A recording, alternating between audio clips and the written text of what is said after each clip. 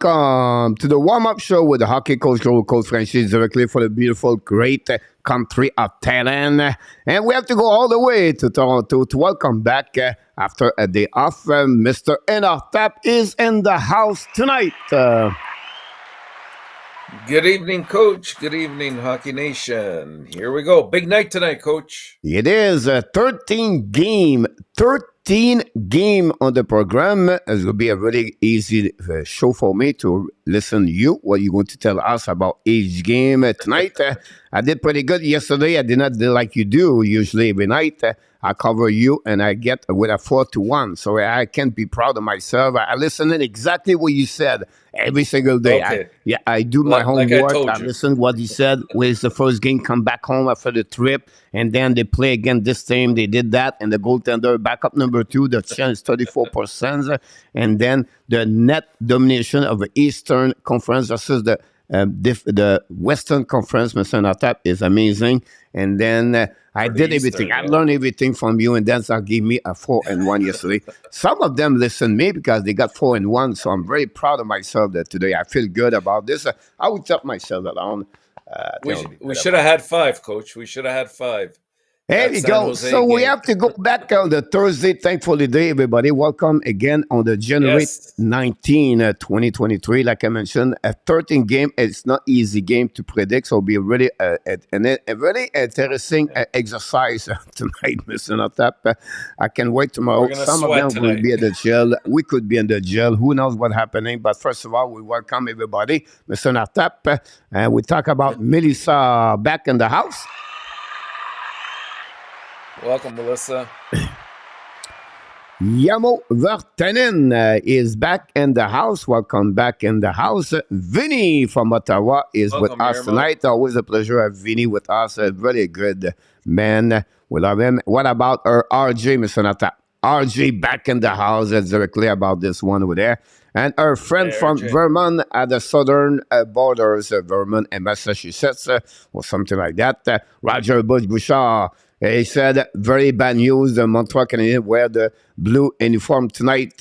So it's not looking good for them. It will be interesting about this. I think I have a bigger bad news, Mr. Roger That's Bouchard. Part of my prediction tonight. I'm sorry again? I said that was going to be part of my prediction tonight. Yeah. The reverse uniforms. Yeah. And I can go deeper. Barkov, 38 points against Montreal Canadiens. 22 goals against them. Completely dominate against Montreal. And Montembeault is 0-2 against the Florida Panthers, 6.08 goal against average. Yeah, you're right. I saw so that. If you want to have a chance, I'll just give you a tip right now. It was free, by the way. So that would maybe advantage Yamo tonight to go with the Florida Panthers. But as a subject for another time, I was more about targeting Luciano. But that's a subject another day. Anyhow, Mr. Ryan Kirk is in the house. Welcome back. Hey, Ryan. How's it going? What about Luciano? Here we go. He studied a lot. I know he was ready. He did all night. What about our friend Gary Cournoyer? Welcome back, Gary. We missed you yesterday, the road runner. Gary, unfortunately, is not in the right position tonight. He's going to be for his first time. He's going to know more about the jail at the warm-up show.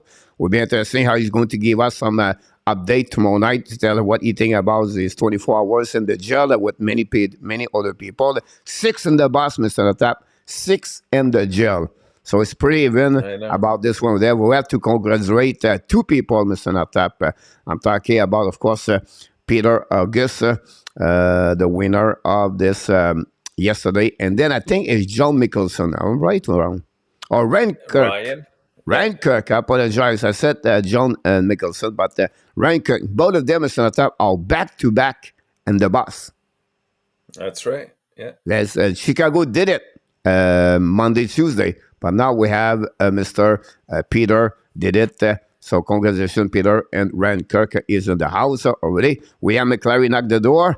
Welcome back, Mr. William. Hey, we have Double J who knocked the door. Of course, both of you take some out to be with our Canadian show. Welcome, Double J. Yeah, I expect a lot of goal between Montreal and the Florida Panthers. Today, I have a better chance to getting O'Reilly There's someone going 12-1 tonight on prediction. Mr. Luciano, you're absolutely right about this one over there. We're going to say, Coach, you was right about this. What about Joseph Laham? Remember, like Joseph said about the Devils, they get a slum. But now the Devils looking good, Mr. Natap. Really good about this one over there. And I predict a trade between the New Jersey Devils and the Montreal Canadiens. Watch my app, Daily News, Mr. Natap. That's the way you can see this. Alan Barnes is in the house. The Captain Danny T is in the house. Hello, Alan. Hey, Danny. Cheers. We did not hear about his investigation about the phone from Ellen Keeve. And then secondly, we don't know anymore where he's. He could be at the Materion, he could be in the car, or he could be at the garage. So when we say he's in the house, it's very specific. We have to not know anymore where he's at the end of the night, Mr. Natap. He won't be there tonight, Coach. He's on the bus with us. Oh, he's on the bus tonight.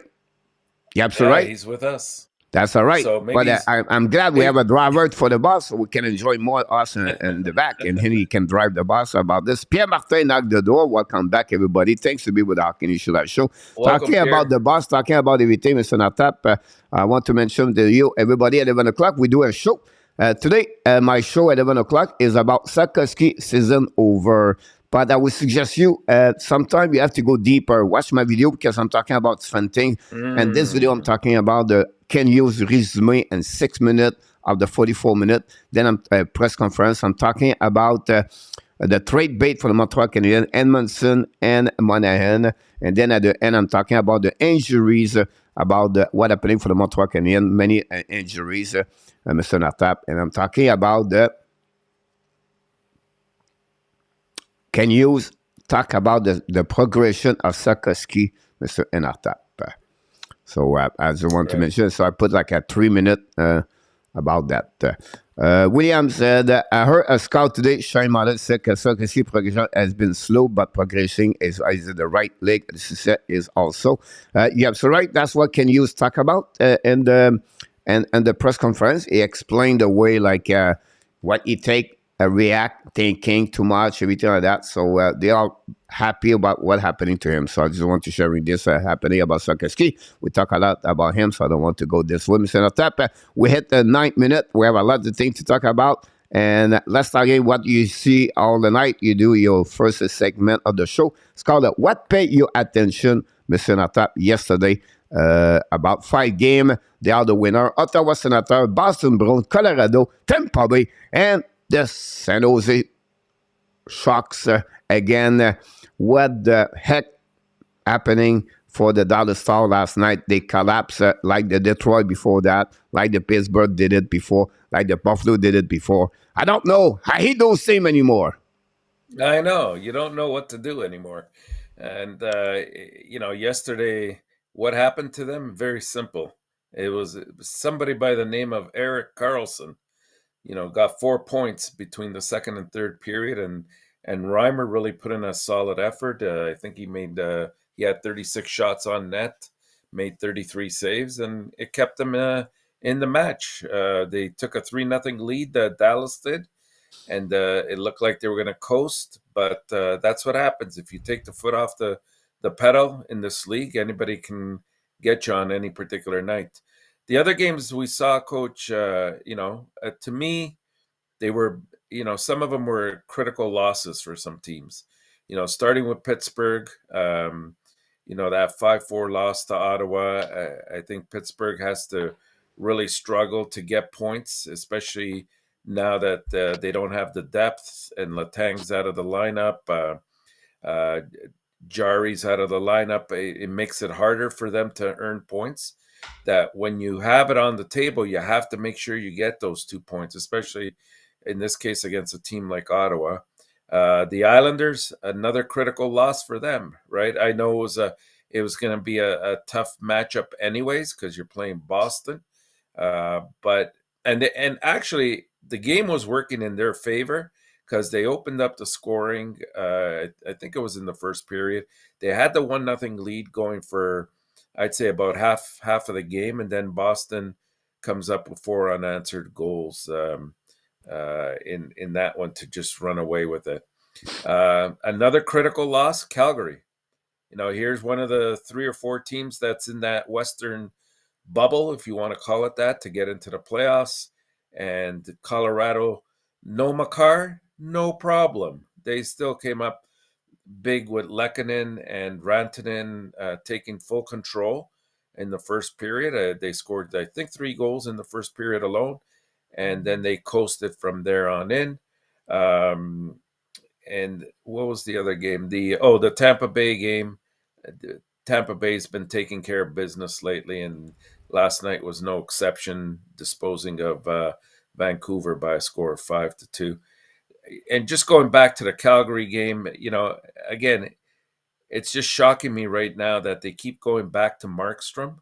I think this is doing more damage to him than anything else. I know he's your number one and he gets paid the big money and you have to sort of go with him, but at this point the wins are more important, and Vladar hasn't been playing bad. He's actually, I think he's outplayed Markstrom. And when Markstrom goes in and gives up, that early goal lead, it makes the job so much more difficult for the Calgary Flames. You're absolutely right about this. First of all, Mr. ENORTAP, we welcome back Ryan Stewart. Ryan Stewart back in the house. Long time we didn't see Ryan. A very good supporter of the Hockey National Show for many years now. So thank you, Ryan. Hopefully you're doing well. We're going to wish you a Happy New Year. Never too late to tell you that. Of course, he's right now on the highway on the 401 or 407. We don't know yet where he is, but we know he's driving right now, going home. The dinner is on the table. I'm talking about DIXON Automobile Group. His wife, Jennifer, said, let's go, buddy.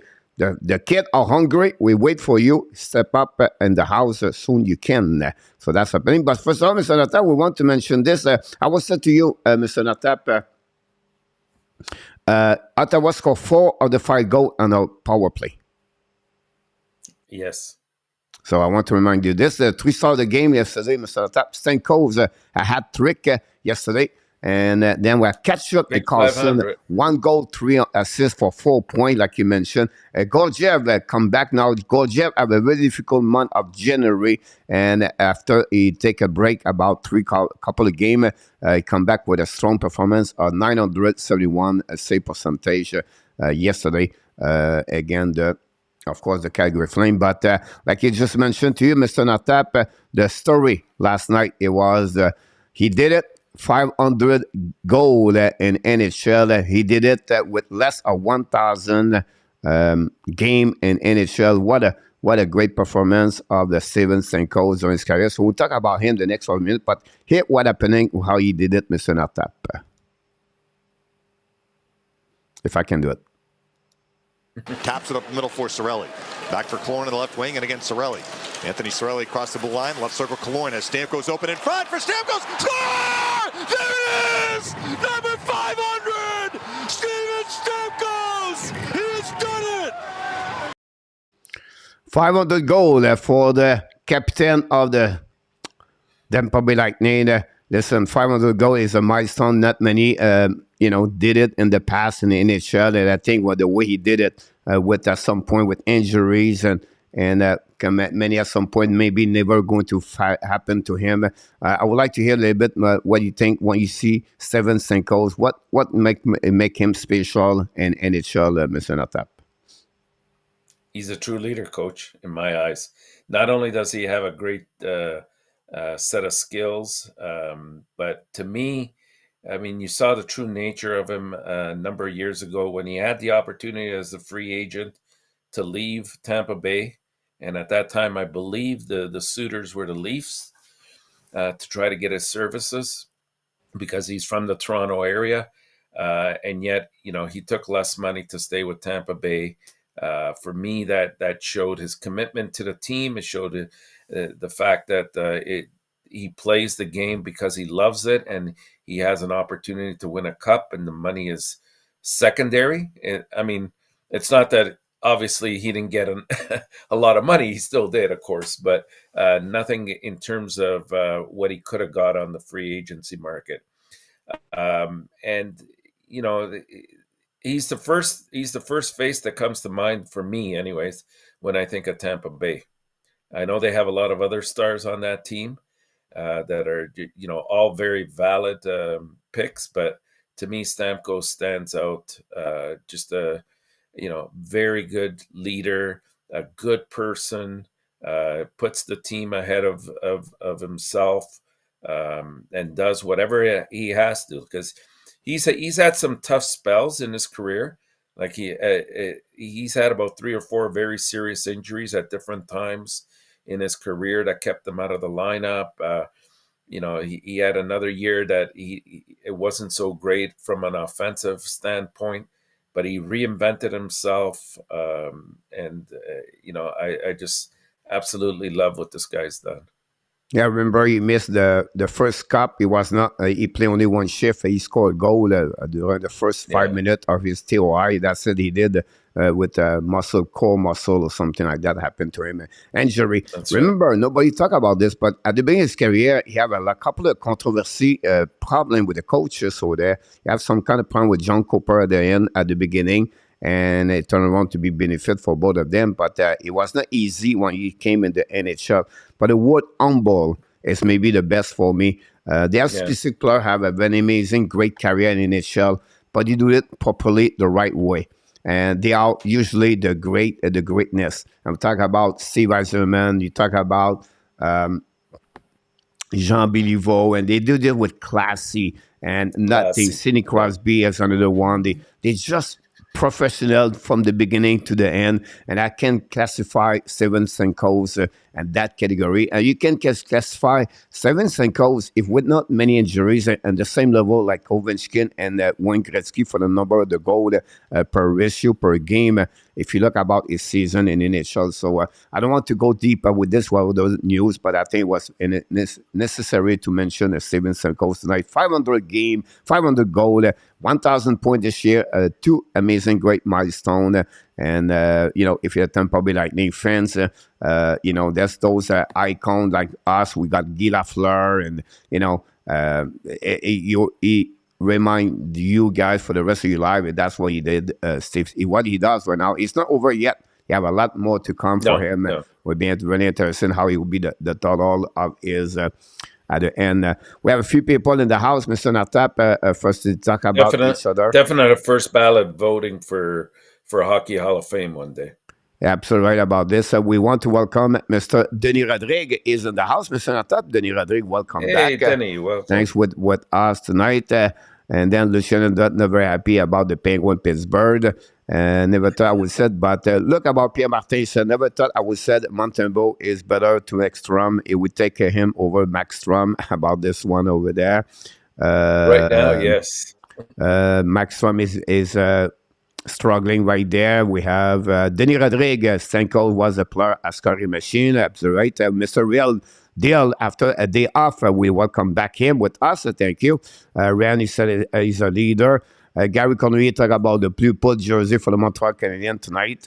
Is one Stamkos come from a good family about this one. Yeah, absolutely right. And his brother was not a bad player, hockey player, by the way. Jeffrey, he knocked the door. Welcome back, Jeffrey, directly from, of course, from Taiwan, Mr. ENORTAP. Hey, Jeffrey, we talk about the start. Now, let's talk about a bit the Ken Hughes. I know you missed the show yesterday, and I would try to resume what he said. You have the biggest declaration, what he said, the biggest thing that people remember the most. He said, win is good at some point, and loss is good at some point. You have some people was upset, the old school, the Norman Flynn. I don't like this guy on the expert, on the analyst on ADS. He was frustrated because you play hockey only to win. You're only there. What kind of crappy message, everything like that. So he turned around to be a turmoil message or statement from Ken Hughes yesterday. What do you feel about this when you said win is good, but lose is good too? I think it was taken out of context by a lot of the different media. And I think the insinuation was that, they're okay with tanking.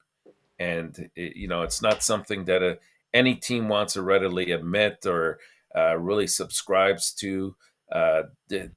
Nobody wants to sabotage like what they've created so far in terms of development, in terms of team culture.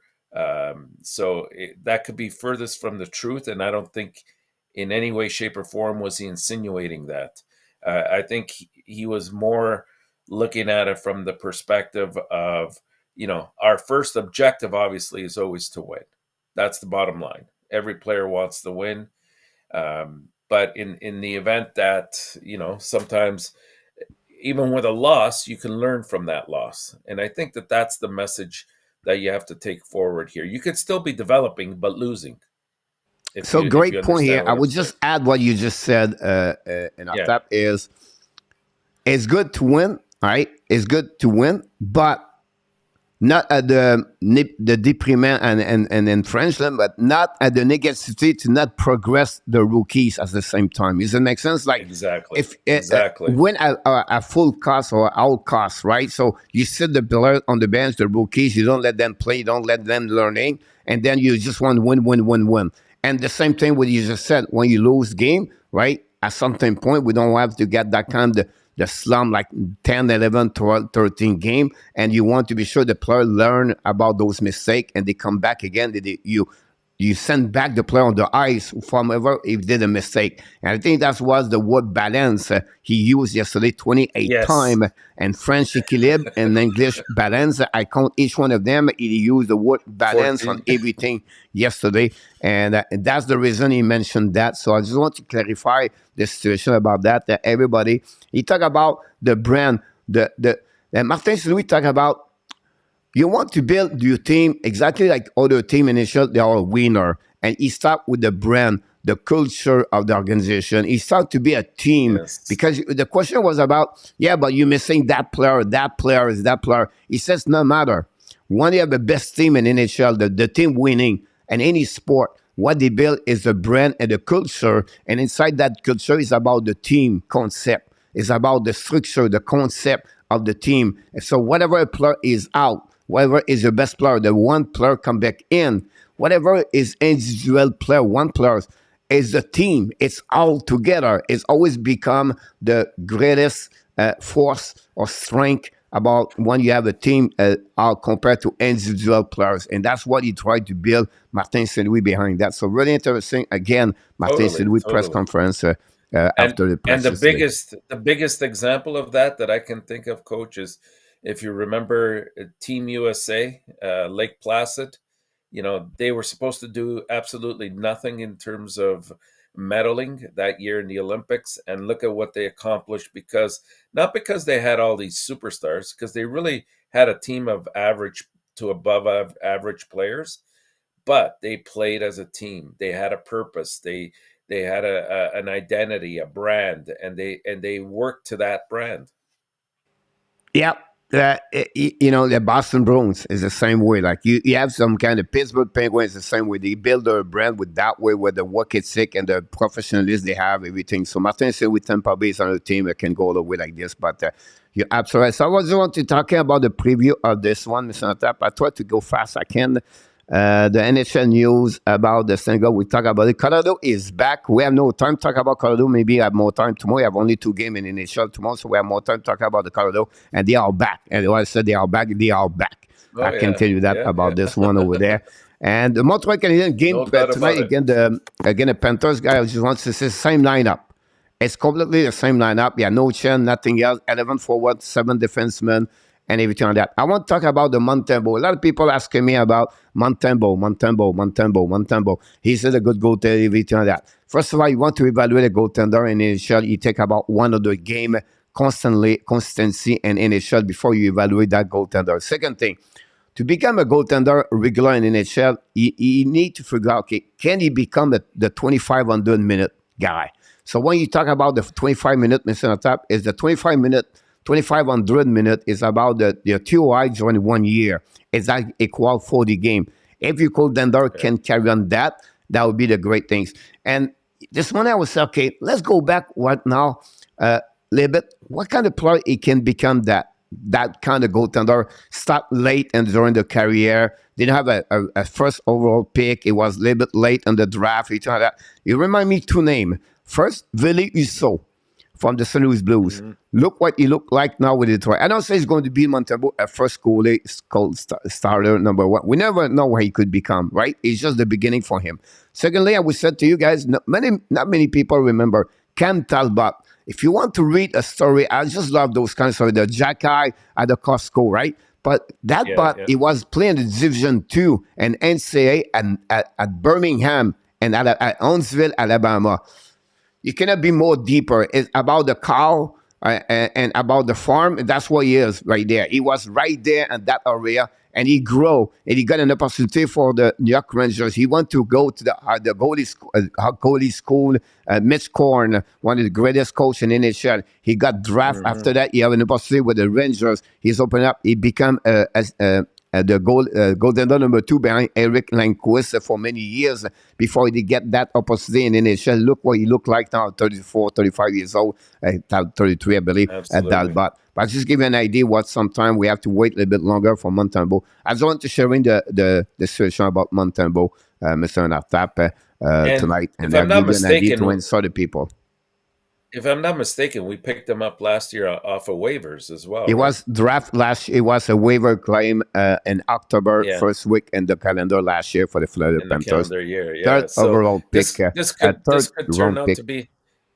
could turn out to be a great pickup again on the waivers. It could become that one there. And I mentioned he was not confirmed by Ken Hughes. He would not be traded, or is on the trade bait, not allowed. He would not be that one over there. So I just want to mention about that story about Montembeault, and I can go a little bit deeper about this guy. I want to talk tomorrow about how change everything about in the Montreal Canadiens, something like that. And that before we go, Mr. Nata, we want to welcome the 6 people and the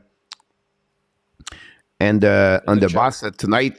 Congratulations for each one of them with a great performance of 4-1. And they go. Let's put them right over there, Mr. Nata.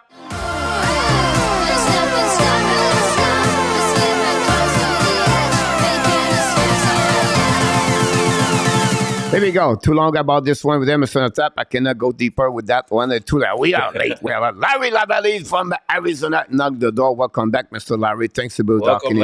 So welcome, everybody. Don't forget to click on the like. That we are great. We have 13 games, Mr. ENORTAP. We have to do this in 30 minutes. I don't know how he's going to do that, but he will try to find a way to get there. Mr. ENORTAP, I'll do it. We open up a new location.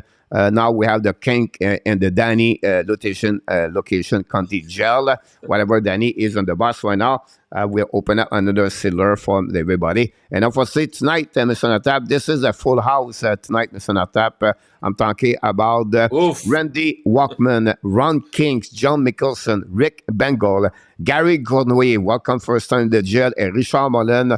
Return there, Richard, have a great last 2 weeks, and now he got again another jail time over there, Mr. ENORTAP. And are you ready, Mr. ENORTAP? Ready. Let's do it. That's it. They are in now. They cannot go nowhere. Congratulations for the people in the jail. And we'll see who's going to get there tonight. I will be really careful about this. About tonight?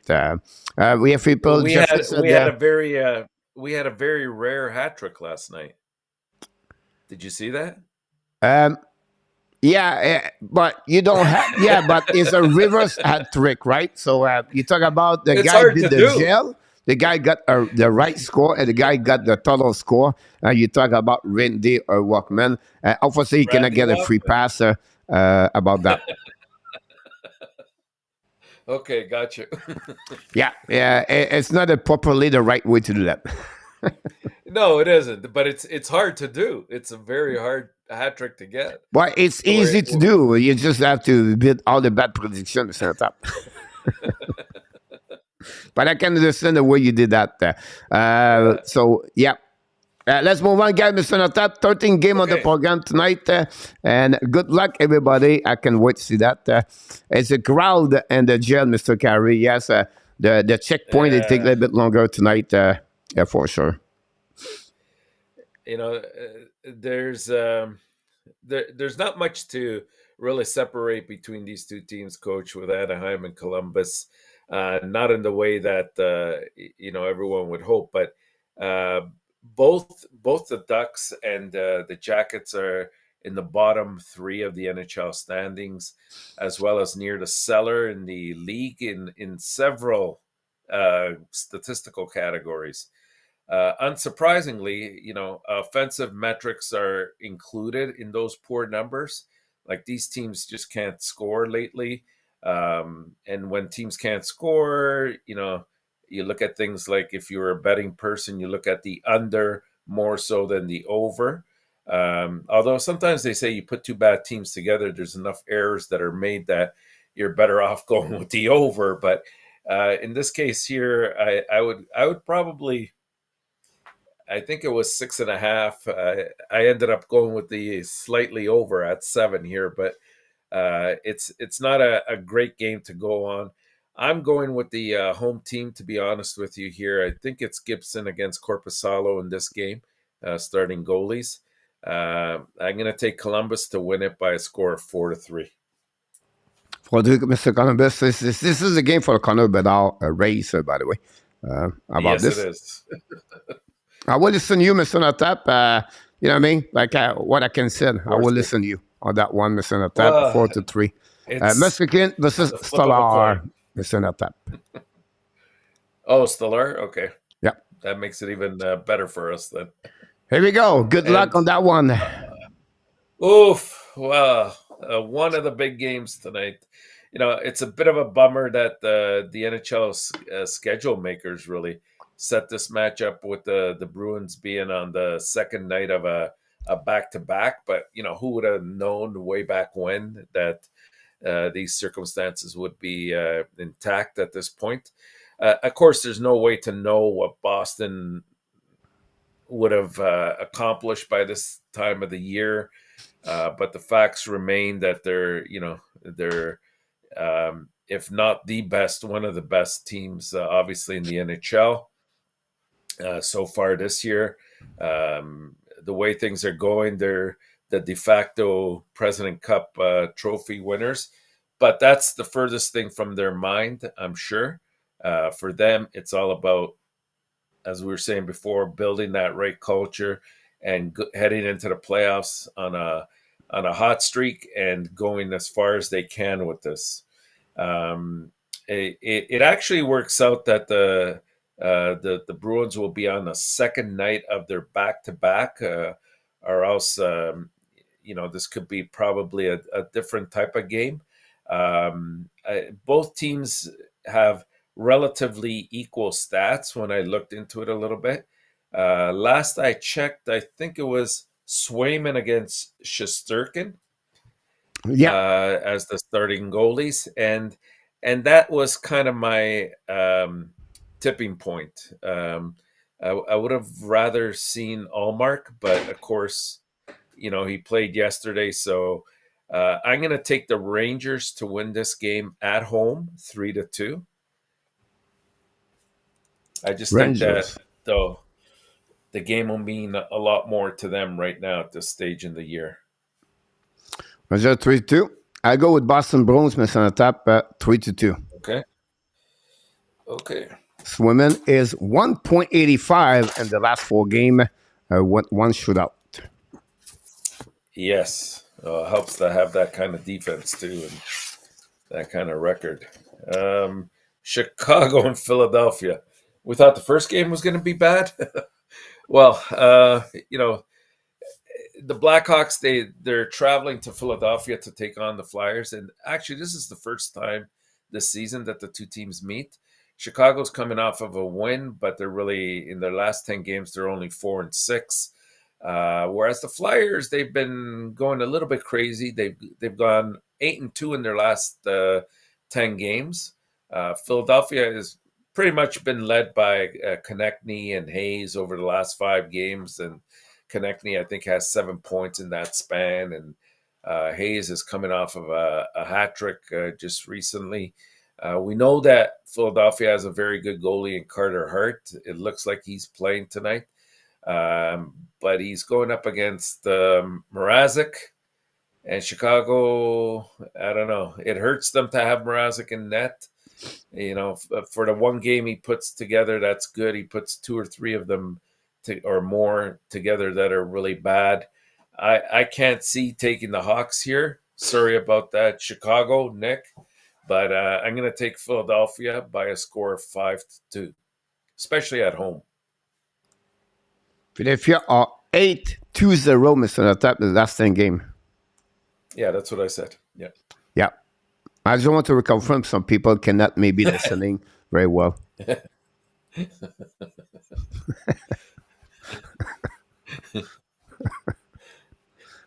No comment. Oh boy, here we go. Well, one thing for sure here is, both these two picks belong to the Montreal Canadiens in this game. So, what's the best scenario that can happen? What's the worst scenario is this goes to overtime and both teams pick up at least a point. We don't want that tonight. The Panthers, they complete their 3-game road trip tonight in Montreal. They've been playing, I would classify it as average to slightly over average hockey lately. They've gone 3-2-1 in their last 6 games. And they currently find themselves, I think last time I checked, it was about 3 or 4 points out of a playoff spot heading into the second half of the season. I think it's very difficult for them to make up that gap just because of who the teams in front of them are and how many teams they have to jump ahead of. The Canadiens, they actually been punching above their weight class recently. They've gone 4-2 in their last 6 games, which is fantastic from a winning perspective. They beat a couple teams that we didn't anticipate that they would defeat, but in light of the fact that they've had a barrage of injuries as of late. The first advantage is the schedule, which favors the Canadiens in this, because the Panthers are playing, their 3rd game in 4 nights in their 3rd different city. And what that comes down to is fatigue in the end. So I anticipate seeing a little bit more of a fatigued Panther team tonight. Another factor is when you look at these two teams recently, not much separates them in terms of what they've accomplished. Since the beginning of the month, the Canadiens actually rank higher in goals allowed per game. They're at 16th, while the Panthers rank 24th. Even more recently, the Canadiens have only allowed an average of 2.2 goals per game over its last 5, whereas the Panthers have allowed an average of 3.4 goals per game. The last thing to look at is, I guess, the goaltending situation, and it looks like it's Bobrovsky against Montembeault again. I know a lot of the things I said kind of favored Montreal in this case here, but I just don't think they're going to win this one here, Montreal. Unfortunately, I think Florida realizes the urgency of having to get a couple of points, and they want to end off this road trip in a winning fashion. So I'm going to take Florida in overtime by a score of 3-2. 3-2 for the Florida Panthers. You talk about 2 minutes about all for Montreal, then you take Florida. I know. I went more with my gut. It's easy for me. I know guts. It's just the blue collar jersey. That's it. That's all for 2 Mr. ENORTAP about that one over there for the Montreal Canadiens. I forgot to mention that. But Florida have six the last 8 games. They got 1 point a plus, Mr. ENORTAP. So they are on the right direction. Yeah. If you look at the standing you just mentioned, they are going to finish between 20 and 25th in the standing. Wow. At this pace, yes. Hopefully they'll fall apart at some point. Who knows? Willie Snyder knocked the door. Welcome back, Mr. Willie. Hey, welcome, Willie. Thanks to be with us tonight. Another big game, Mr. ENORTAP, Minnesota and the Canada Hurricane. Minnesota looked great, and then Carolina done looking good. I think they are 1-4-1 or 2 in the last 7 games. Yeah, but they're Carolina, and you can't mess around with that. Like here they're going to be hosting the Wild in their second and final matchup of the season. The first match went to Minnesota when they they won 2-1 in overtime back in November. So, Carolina will be looking to even the score or get some revenge from that. There's not much animosity really between these two teams, simply because they really, like they're in different conferences. They don't play each other that much, but both know how good the other team can be. And they're two teams that can play physical if they want to, especially in Minnesota. So that's a kind of an advantage for Minnesota, because I think they're a little bit more equipped that way. Both teams have been great so far this year, but the Hurricanes are on an even higher level than the Wild. They're second overall in the NHL. But I think sometimes they do experience points where they either let up a little bit or suffer from the same deficiencies that they have in the past. And that's a team that's absolutely fantastic in terms of when they have the lead and protecting that lead. I would probably put them right up there at number 1 or number 2 in terms of being able to protect leads. But if they fall behind early, right now we're not seeing that firepower, offensive firepower to get them back into games. There haven't been too many games this year where Carolina has had to come from behind by 2 or 3 or 4 goals and come back and win. It's not really part of their DNA. Unfortunately for the Wild, they are the team the Hurricanes will be bringing a bounce back effort to. It looks like a 3-game win streak's going to end in this case, and I will take Carolina at home with Anderson against, I think it's Fleury tonight. So I'll take Carolina by a score of 4-2. I just want to mention to you, I just got the news right now. Shea Weber, the ENORTAP, is assistant coach now with the American Hockey with the Anderson Silver Knight. Shea Weber is? Yeah. Yep. So does that affect the money he's getting from being on the LTIR? It don't affect that. He just become coach, like assistant coach, helping the Vegas and the American Hockey League team. Very interesting. Okay. Yep. So you're taking Carolina as well. Good. Yeah. I listen to you. Next big game. Here we go. Winnipeg and Toronto.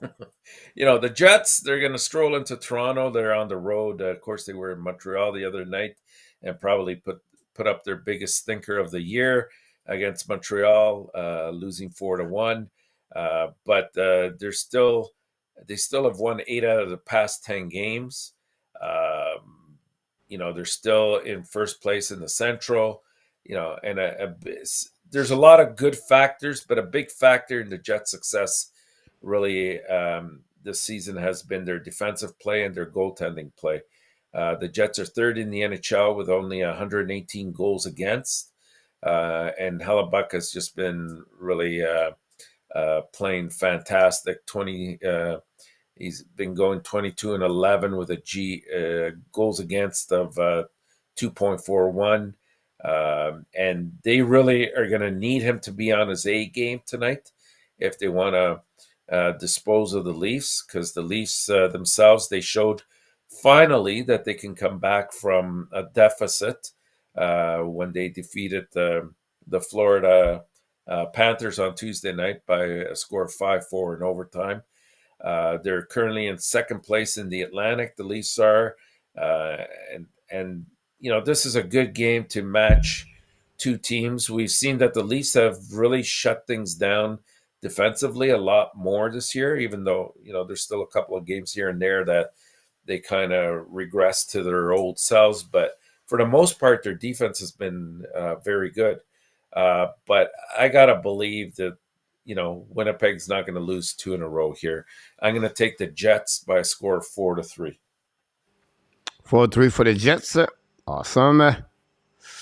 I go with Toronto, Mr. Tap, by the score 5-3. Okay.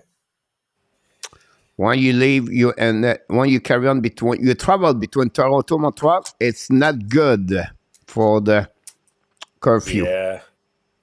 No, it isn't, but they received a lot of heat in just listening to some of the press conferences in Winnipeg.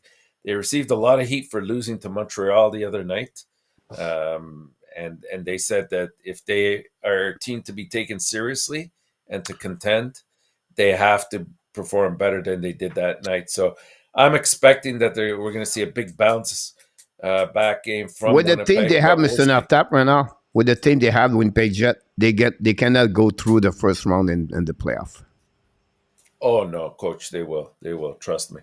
No They have a depth at very all. They don't solid have team. no third line, no fourth line. Oh no. They've got an elite 1-2, and their defense is second to none. Their goaltending is second to It's none. not strong enough on defensemen. DeMello, Pionk on the right side is not strong enough. Yeah, and Schmidt and Morrissey, and it's once not good they enough. get It's they good get right Stanley now. back. And the season, who is going to play hard on the defensemen for them? They're very physical. Once they get Stanley back in the Which lineup, plays physical over there on defense? Stanley, Morrison, Stanley. He's 6'6". He plays like a beast. Are you kidding but me? you have only two players, Dylan and Stanley. Morrissey is not like a big guy defenseman in front of net. No. Yeah, after But that, DeMello, Pionk on the right side, they have nobody. plays a They tough are not game, physical. They are 5'10" each one of them. It doesn't matter, but he plays a Who solid who scored the third line, fourth line for them? Heinola has been playing very good on defense for them as well. Like they've had they have no depth over there. And if you look at our lineup, they have no depth over there. You cannot win Mr. ENORTAP on the third line and Stanley Cup or go there with Morgan Barron, Adam Laurie, and Sean Coleman. So it's not going to happen. If you believe that team is a contender to go on the deep in the playoff, it's not going to happen. Well, I do believe that they're one player away from being a serious contender, but I think that they will make a big splash at the trade deadline time. Of course, it's another conversation at the trade deadline. But right now, they don't have that time that the deep team. Yeah, well, we'll see. We'll see. Okay, next we have the Islanders and the Buffalo Sabres. The Islanders are traveling to Buffalo to take on the Sabres. And this, too, is a first-time encounter between these two teams this year. The Islanders are playing their second game in as many nights, and they're 3-5-2 in their past 10 games, which has not been very good. They slowly are starting to take themselves, even though they're still in a playoff position, I believe they're if they continue to play like this, they're going to find themselves on the outside looking in. Buffalo really has really stumbled since the very strong start and then that nice streak that they had going for a while. So they're kind of in a similar position that playoffs are more of a distant vision than a near vision. They find what it is there's no consistency. Even though they can put up goals, they have to worry about their defense, and you can't play that kind of game, especially as the games become more important point wise, and you're headed towards the playoffs, and the games become tighter. It's got to be your defense that pulls you through every time, and goaltending is part of that equation. And Buffalo's not been getting it. I like the Islanders situation in terms of having Sorokin and their defense and the way they play, but offense has been missing for them as well. In this particular game, I'm going to go with the home team. I think that the Islanders have been playing quite a bit of hockey lately, and they might have that fatigue element in. So I'll take Buffalo to win on an empty net goal, 4-2.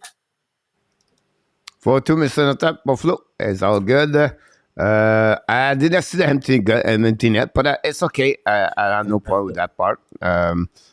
If you took Buffalo, me, I'm happy about this. I feel more comfortable to have you to take the Buffalo, so I keep my credit of my prediction of the Buffalo tonight. Okay. And now we have two Central Division By the way, I rivals. apologize, Mr. Tap. That's Yeah. tonight. They put Rand Miller on the rafter, jersey number 30, ceremony before the game. I just want to sharing this with you, Mr. Tap. Yeah, you're absolutely right. I forgot about that. Here we go. I'm telling you right now, I read the people, the mind of the people, Mr. Tap. It's just happening right there. Nadine talk about how good to see Red Miller ceremony. Unfortunately, we cannot be show live on that one there, but I just talk about this one. What a coincidence. Don't forget to click on the likes and subscribe to the channel. That'd be great. Yeah. So as I was saying, this is two Central Division rivals in Nashville and St. Louis facing off tonight. The Predators have 48 points in 44 games. The Blues have 47 in 45 games. They're extremely close in the standings. They're both two teams that are looking somehow to make themselves a little bit more relevant and get in that playoff race. In chasing Calgary, Edmonton, and Colorado, of course, and a couple of other teams as well. So both are going to come out strong, I think, tonight. After two games against each other so far this year, they've split the victory, so they've had one each. This game is very evenly matched, and I think it'll be tight right down to the final whistle. The Predators don't usually score a lot of goals. However, playing the Blues is a great opportunity for those players like Forsberg and Duchesne, so to sort of excel. In the last 10 matchups between these two teams, the Predators have gone 6-3-1, and for that reason, I'm going to take the road team this time to win 3-2, Nashville.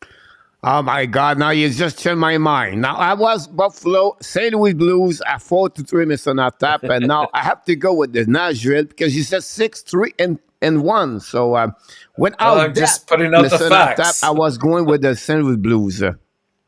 So you're going to go Nashville, okay? Well, you said that. I listen you. You're the one. I was stumped, and then when I saw that, it kind of leaned me in that direction. So. I'm going to get my goaltender, Bennington. Are you kidding me? Welcome back, Chicago. We have a double K, Mr. Tap. I'm not talking about just Perry and Kokanemi. I'm talking about Canadian Kid. He's in the house. I love his name, Mr. Tap. Canadian with a K, Kid. That sounds like a movie, Karate Kid, but that's a subject for a time. For sure. Another big tilt tonight, Tampa Bay and Edmonton. They face off tonight in a matchup that features probably two of the league's hottest teams right now. The Lightning have won 5 straight games, including last night in Vancouver, while Edmonton has collected 4 straight wins themselves. Tampa's having, yet another incredible year. Very quietly, but being very successful, and this is coming off of 3 successive Stanley Cup final appearances. So that whole thing about fatigue, they know how to pace themselves. This is a wily group of veterans, and they know how to pace themselves. They're getting it done, I think, on both ends of the ice now. And they're backed up, of course, by one of the league's premier goalies in Vasilevsky. And despite having played in Vancouver, giving Edmonton the rest and the travel advantage in this matchup because it's in Edmonton, the Bolts have I think they have a significant edge in net. I know Campbell has been playing much better as of late, and they're going to try to bank on that his confidence is slowly coming back to the top. So I think the Island, or not the Islanders, but the Lightning have a great opportunity here to try to pick up a couple points towards the tail end. But I don't know, that back-to-back kind of has me a little bit worried, and the fact that the Oilers are they're starting to get a little bit healthier. They have Kane back in the lineup, which I think has benefited them positionally, if nothing else. He hasn't really done too much offensively yet, but I think he's put some other players in the right spots. And these 2 points mean so much to Edmonton. I'm going to take an empty net goal here by Edmonton to win this 4-2 4-2, Mr. ONTAP. for Edmonton. Great call. Is this game going overtime, Mr. ONTAP? 4-3. Yeah, that's a possibility too. Two very good teams. You can't complain here. And then we have Washington and Arizona. With Washington traveling to Arizona to take on the Coyotes for the second time this season. Arizona was actually able to secure a 3-2 victory in their first meeting of the year, but things should be very different tonight. Like, Washington wasn't healthy at the time when they played, which was, I think, mid-November. And they played, and Arizona right now is 1-9 in their last 10 games. But they, they haven't been horrible. I know 1-9 sounds really bad, and it for most purposes it is bad, but they haven't played bad hockey. Like, I think whenever Vejmelka is in net, he always gives them a fighting chance to win, even though he faces a lot of rubber on a nightly basis. The Capitals right now, they're 4-4-2 in their last 10 games, and they're starting to become a much more dangerous team, especially with some of their players coming back. And I suspect it'll take them a bit of time to really get back into proper form and feel like they're part of the flow of the game, especially after missing for such an extended period of time. Washington, I believe, is going with Kumper in net tonight. So I'm going to go with the road team here, and Washington winning this one by a score of 4-2, because I think Arizona's going to have a hard time stopping Ovechkin. 5-2, Mr. ONTAP, tonight for this game. 5-2, Mr. ONTAP, for that game. We want to welcome back Zev Lecat, Shania, and Mr. Cruz the Goal from England. Mr. ONTAP, welcome back, all three together. We welcome.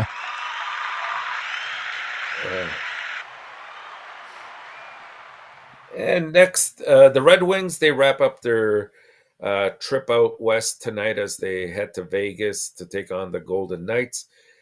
Right off the bat, this is very likely a getaway game for Detroit. They're likely very eager to get back to the Motor City because things have not gone very well for them as of late.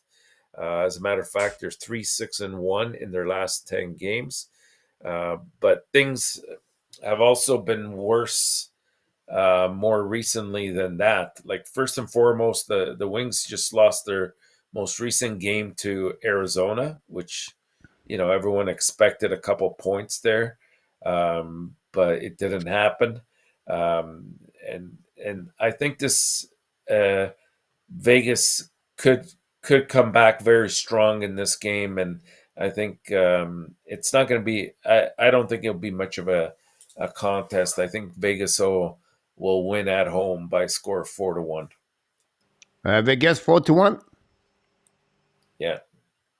All right, we have the same team as on top. I see an extra goal in me. Okay.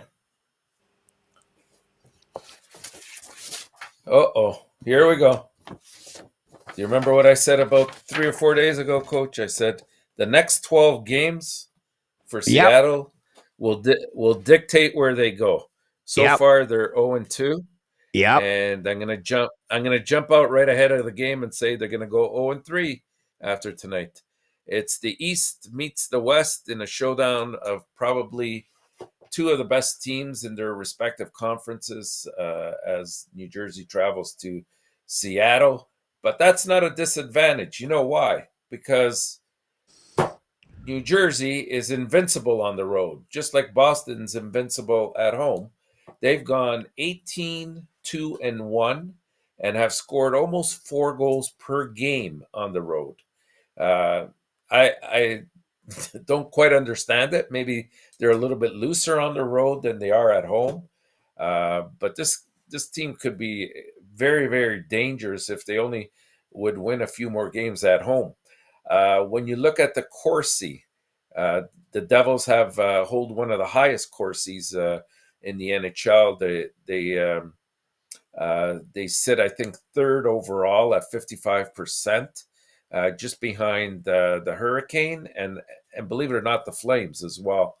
By comparison, the Kraken are 15th in the NHL at only 51%, which is not as impressive. The other thing is Seattle's also struggled at home ice, oddly enough, and most of their points have come on the road as well, mainly because they had that long stretch of games on the road and they were undefeated.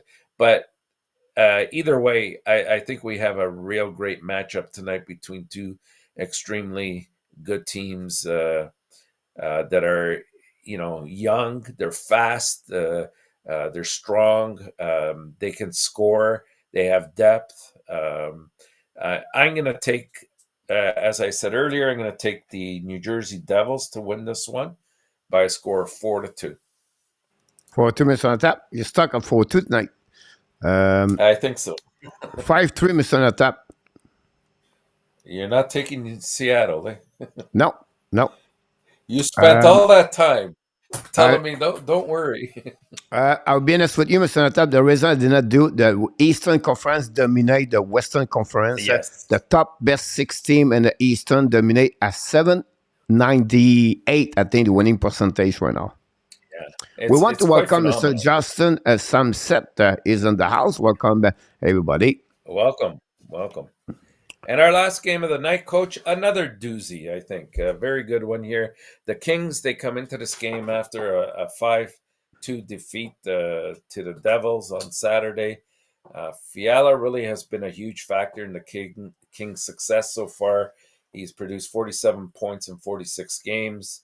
But really, for me, the savior for LA so far has been Phoenix Copley. He came in at a critical time when this team was kind of spinning a little bit out of control. Defensively, they weren't playing well. They were allowing a lot of goals. They were like in the top 5 teams of the NHL at one point in allowing goals against. But they seem to have rectified that. And Copley's been very hot, 14-2 record with a GAA of 259. And that's only because of the last couple of games that it's gone up a little bit. The Stars, they traveled to LA after that shocking 5-3 defeat to San Jose last night. They rank in the top 10 in both goals for and goals against. Don't be shocked if the Stars team goes on a run come playoff time. I think this team is much better balanced this year than they were last year, and we're seeing that. And they're led by Jason Robertson, among others. I think part of the and you hate to attribute it to one player, but part of the reason that I think Dallas has kind of slowed down lately is because of the absence of Rupi Hintz, and that makes a big difference for a team like this. So I, as much as I'd like to see Dallas win this game, I think LA will come out on top. In the Stars, even though they're 6-2 in their last 8 meetings in LA, I believe that the Kings will take advantage of a tired Dallas team here and win by a score of 4-2. 4-2, Mr. ONTAP. Thanks so much. I go 4-2, Mr. Tap. Welcome, Dave. Welcome, everybody. Don't forget, guys, to click on the likes. That's conclude everything we have for you tonight on this great warm-up show with 13 games on the program. Mr. Tap, you did an amazing, great job.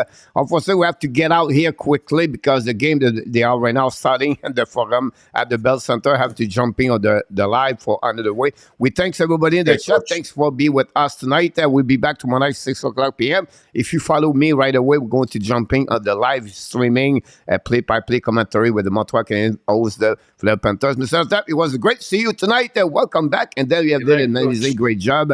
I will see you the next we'll see you tomorrow later. night, Friday night. Have a good night, Mr. Tap. Okay. Good night, everyone.